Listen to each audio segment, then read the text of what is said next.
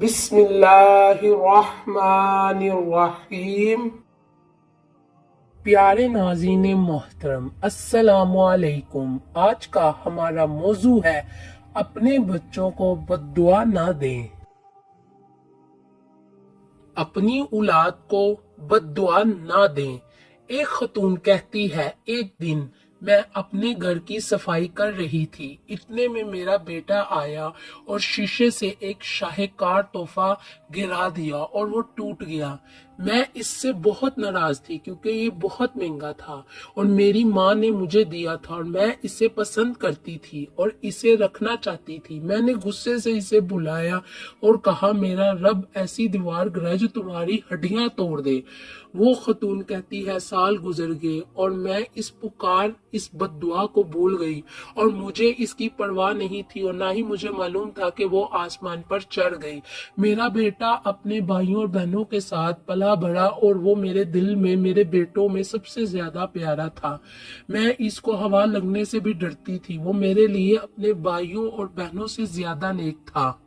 اس نے تعلیم حاصل کی، گریجویشن کیا، ملازمت حاصل کی اور میں اس کی بیوی تلاش کر رہی تھی۔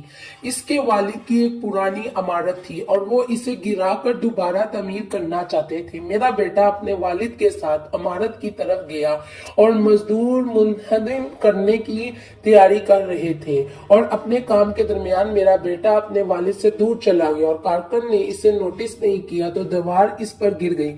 میرا بیٹا چیخا اور پھر اس کی آواز غائب ہو گئی۔ کارکن رک گئے اور سب پریشان اور خوف زدہ ہو گئے۔ اس نے بڑی مشکل سے اس سے دیوار ہٹائی اور ایمبولنس آئی اور اس کا جسم لے جانے کے قابل نہ رہا کیونکہ شیشے کی طرح گر کر ٹوٹ گیا، تو انہوں نے بڑی مشکل سے اٹھایا اور انتہائی نگہشت میں منتقل کیا۔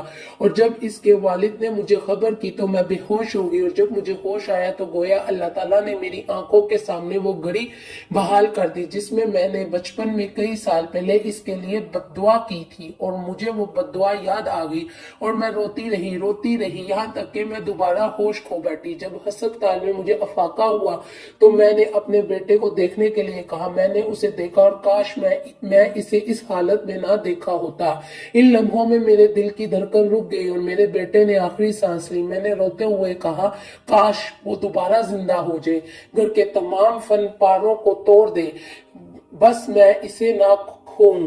کاش میں گونگی ہو جاتی اور اس کو بد دعا نہ دیتی۔ کاش کاش کاش، لیکن کاش لفظ کا وقت پورا ہو چکا تھا۔ ایک شخص عبداللہ بن المبارک رحمت اللہ علیہ کے پاس اپنے بیٹے کی نافرمانی کی شکایت کرنے آیا۔ ابن مبارک نے اس سے پوچھا، کیا تم نے اس کے لیے بد دعا کی؟ اس نے کہا، ہاں۔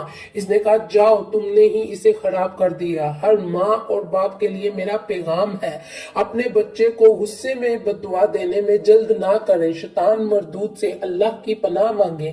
اپنی زبانوں سے وعدہ کریں کہ وہ اپنے بچوں کے لیے کامیابی اور رہنمائی کے لیے دعا کریں، ان کو بد دعا نہ دیں اور جان لیں کہ اپنے بچے کے لیے بد دعا کرنے سے ان میں فساد، ضد اور نافرمانی ہی بڑھ جاتی ہے۔ اس نافرمانی کی شکایت کرنے والے سب سے پہلے آپ ہیں جنہوں نے ان کے لیے بد دعا کرنے میں جلدی کی۔